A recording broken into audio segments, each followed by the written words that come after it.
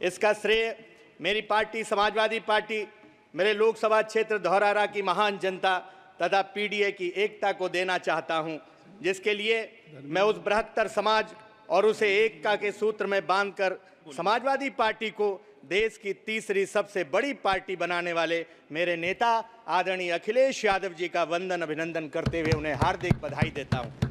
माननीय अध्यक्ष जी, मुझे उम्मीद थी कि महामहिम राष्ट्रपति जी के अभिभाषण में किसानों की आय दोगुनी करने का जो एक दशक पुराना वायदा है उसका कुछ तो उल्लेख होगा। याद रखना, बिना किसानों के समृद्धि के अमृतकाल और विकसित भारत जैसे शब्द बेईमानी है। मुझे अदम गोंडवी साहब की 4 पंक्तियां याद आ रही हैं। तुम्हारी फाइलों में गांव का मौसम गुलाबी है, मगर ये आंकड़े झूठे हैं, ये दावा किताबी है। लगी है होड़ सी देखो अमीरी और गरीबी में, यहाँ जुम्मन के घर में आज भी फूटी रकाबी है। क्या हालत है आज किसानों की। किसान कर्जे तले दबा हुआ है। आवारा पशुओं और सांडों ने खेत में तबाही मचा रखी है। सड़क पर किसान और आम आदमियों की सांड जान ले रहे हैं। तेंदुओं ने पूरे हमारे लोकसभा क्षेत्र में आतंक मचा रखा है।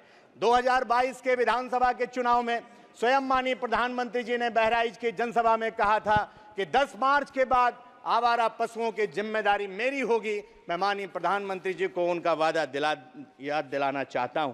नवगठित 18वीं लोकसभा की पहली बैठक ऐसे कालखंड में हो रही है जब भारत की तरुणाई अपनी जायज मांगों को लेकर सड़कों पर उतरी हुई है।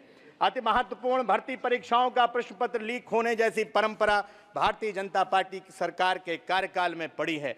देश भर के कर्मचारी पुरानी पेंशन की जायज मांग कर रहे हैं। यूपी के शिक्षा मित्र सैकड़ों की संख्या में आत्महत्या कर रहे हैं। महंगाई, बेरोजगारी ने आम आदमी का जीना दुश्वार कर रखा है।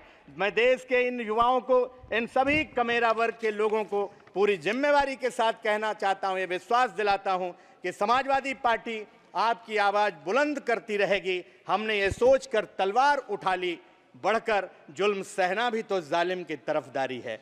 सभापति जी, यहां आने से पहले नई संसद के बारे में काफी कुछ सुना था, लेकिन अंदर घुसते ही कदम ठिठक गए जब फर्श पर हमने मोर पंख की प्रतिकृति देखी।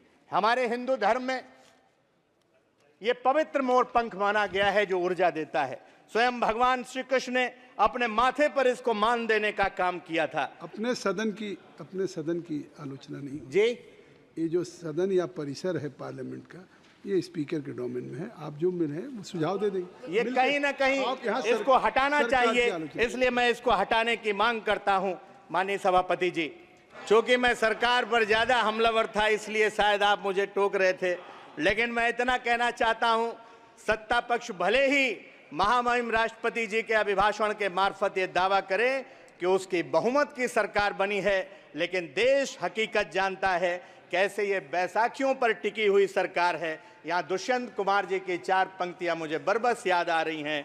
तुम्हारे पांव के नीचे कोई जमीन नहीं, कमाल यह है कि फिर भी तुम्हें यकीन नहीं। मैं इन बेपनाह अंधेरों को सुबह कैसे कहूं, मैं इन नज़ारों का अंधा तमाशबीन नहीं। अंत में मैं नैमिषारण्य की पवित्र पुण्य भूमि, छोटी काशी गोला की पवित्र पुण्य भूमि, महाराजा छीता पासी की पवित्र पुण्य भूमि की नमन करते हुए आदरणीय नेताजी के चरणों में नमन करते हुए अपनी बात को समाप्त करता हूं।